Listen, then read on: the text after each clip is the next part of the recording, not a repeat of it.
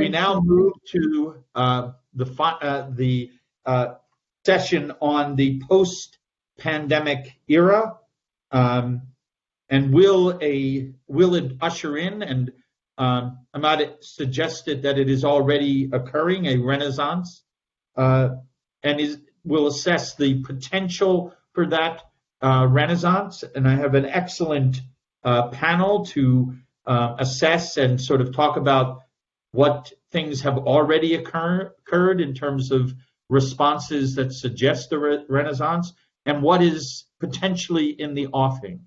And this is not just on the Middle East, it is around the world, and certainly in the United States, where certainly in the United States, where the implications of COVID-19 are very clear, and hopefully we will build forward better as a result of the crisis. I now turn to Dalia Ziada, Director of Liberal Democratic Institute in Egypt. Dalia. You're muted. Hello, Jim. There we go. Yes, can you hear me now? Yes, okay, thank you. Yeah, so thank you. This is my first time on the summit, so thank you for this opportunity, and I hope it won't be the last. So speaking about optimism, actually this pandemic, as tragic, of course, as it is, it brought a lot of optimism to when it comes to changing politics and new systems of governance to the region. So it might not be surprising to see many people optimistic about the future of the region after this pandemic. And the reason for that is that actually our governments, for the first time found themselves alone facing the pandemic. Unlike before, they always depended on their correlations, but because of correlations and foreign affairs, and also creating maybe an external enemy to keep their own people silent on certain issues. But for the first time, they found themselves face to face with the problem. Because as you all know, there was a curfew, a complete lockdown, and countries had to close their borders. So out of this, or in the process, the relationship between the citizen and the state or the government has been redefined in several ways that will positively affect the political future of the region, if not the whole world. So a number of observations came out of this. Number one, I agree with what my colleague here, Siham, mentioned about citizens and expanding wider. Also, I would add that civil society, especially in countries that has gone through the Arab Spring, like Egypt, Tunisia, and other countries, for so long has been only focusing on political issues, political activism, but not very much focusing on social and economic issues, engaging with the grassroots citizens.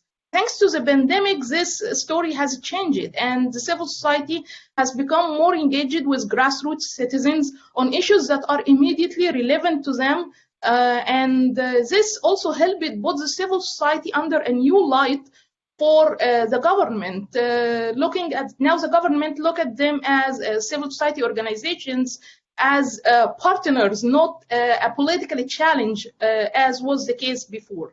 The second observation, which is very ironic actually, is that the countries that are more illiberal and more non-democratic, maybe or non-democratic governments in the whole world, not only in our region, were much better in fighting the battle with the coronavirus and the pandemic and its economic consequences. Perhaps because these governments are have much stronger control on private sector businesses and individual citizens, and most of the wealth of the country is under their control. Another interesting observation, a positive observation that came out of this pandemic is that the way the government is now looking at human rights issues, at least since the Arab Spring revolutions that erupted in 2010, the focus was mainly on political and civil rights as transnational human rights issues.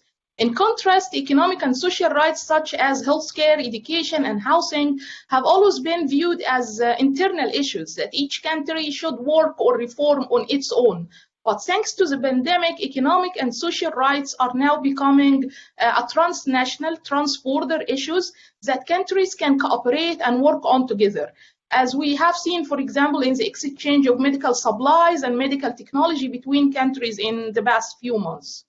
Another also interesting step forward is how this pandemic redefined the relationship or the role of the military within the civil state.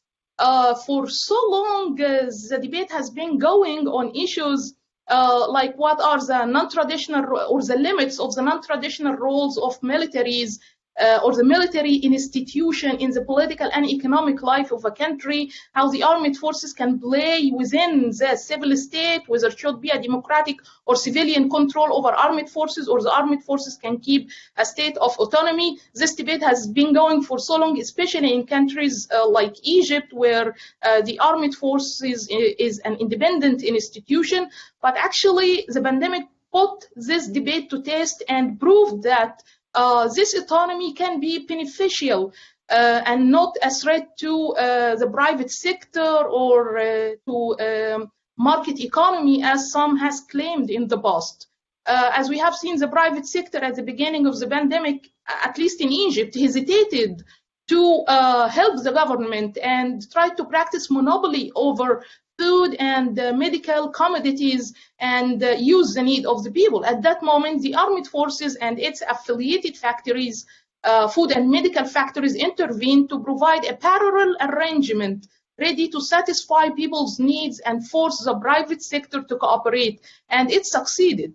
So the final point also here is that makes us very, very looking very positively at this pandemic and its consequences is the use of technologies that has been everywhere, not only on government level, but also on educational health issues and also in elections.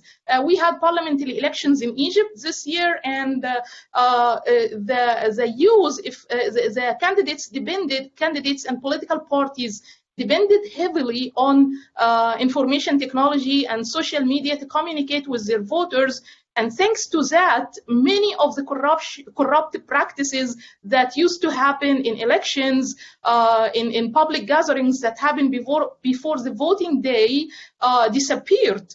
So maybe this is a positive thing that will help improve the electoral and democratic process in the future. So overall, I think a lot of political changes are expected from this crisis and this pandemic, and most of them are positive.